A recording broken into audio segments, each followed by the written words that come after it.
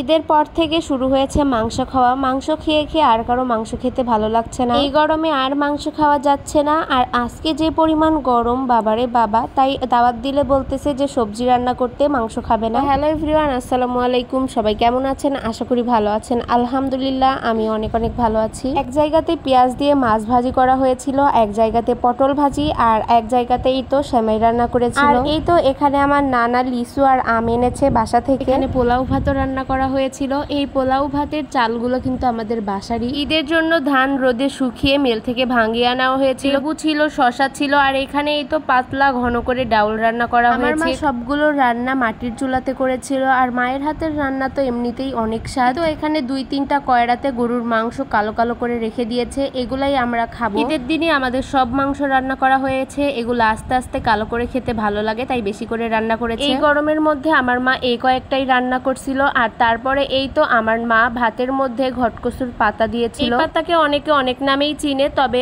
আমরা ঘটকসু বলি। ভাতের ওপরে এই পাতা দিয়ে সিদ্ধ করে ভর্তা খেতে কিন্তু খুব ভালো লাগে, তাই ভাতের মধ্যেই সিদ্ধ করতে দেওয়া হয়েছিল। ভর্তাটা তো কাঁচামরিচ দিয়ে ভালো লাগে, তাই কাঁচামরিচ পাতার সাথেই সিদ্ধ করতে দিয়েছিল ভাতের মধ্যে। এখন আমি পেঁয়াজ, মরিচ, লবণ একসাথে সবগুলো মাখিয়ে সরিষার তেল দিয়ে ভর্তা করব। দেখেন পাতাগুলো খুব সুন্দরভাবে সিদ্ধ হয়েছে, কিন্তু তেলটা একটু বেশি হয়েছে, তবে সমস্যা নাই, খেতে অনেক মজা হয়েছিল। রাজশাহীতে এত পরিমাণ গরম যে সবাই অসুস্থ হয়ে যাচ্ছে এই গরমে। অনেকেই বলেছিলাম তারা তো আসেনি, কিন্তু এসেছিল মোটামুটি আমার বান্ধবীর মায়েরা, আমার ভাই, তারপরে আরো অনেকেই এসেছিল। তো কালো মিষ্টিগুলো আমার দিকে তাকাচ্ছে। কালো মিষ্টি খেতে আমার ভালোই লাগে। ধরে শুধু মাংসই খাওয়া হচ্ছে, তাই এই তো আজকে দেখেন ঘটকচুর ভর্তা করতেই শেষ হয়ে গিয়েছে। সবাই অনেক মজা করে ভর্তা দিয়ে ভাত খেয়েছে। আমি এই গরমের মধ্যে আর কোথাও যাব না। বাবারে বাবা, আজকে এত পরিমাণ গরম, আমাকে দাওয়াত দিলে আমিও যাইতাম না, এত গরম। আজকে কাছ থেকে কিছু আসি না আম নামালাম, এগুলো নানির বাসাতে পাঠাবো আচার দেওয়ার জন্য। আচার বানিয়ে আমাদের জন্য পাঠাবে, সেই জন্য। নানা যেহেতু চলে যাচ্ছে, তাই একটা গাছ থেকে বেদেনা ছিঁড়ে নানাকে দিচ্ছি আমার নানিকে দেওয়ার জন্য। আমি ছিঁড়ে দিচ্ছিলাম, তাছাড়া আমার মাই বলতেছিল যে আমার মায়ের জন্য একটা বেদেনা ছিঁড়ে দে। তারপরে এই তো বেদেনাটা ছিঁড়ে আমার নানাকে দিচ্ছিলাম। বেদেনাটার কালার খুব সুন্দর এসেছিল, ক্যামেরাতে অত বোঝা যাচ্ছে না, আর অনেক সুন্দরভাবে পেকেছে। বড় আপুদের আসতে বলা হয়েছিল, তো বড় আপু বলল বড় দোলা ভাই নাকি অনেক অসুস্থ হয়ে গিয়েছে এই গরমে, আর প্রচুর জ্বর, তাই আসতে পারবে না। তারপরে এই তো দেখেন বিকালে হঠাৎ করে আমার আজান বাবাকে নিয়ে চলে এসেছে। আমি তো দেখে খুবই খুশি হয়েছি। আমার আজান বাবাকে কবে থেকে দেখিনি, দেখে আমার খুবই আনন্দ লাগতেছিল। আর এই যে এটা আমার হচ্ছে বড় আপু। আর বড় দোলা ভাইয়ের তো অনেক জ্বর আর গরম লেগে গেছে। এই গরমে সবাই খুব সাবধান থাকবেন।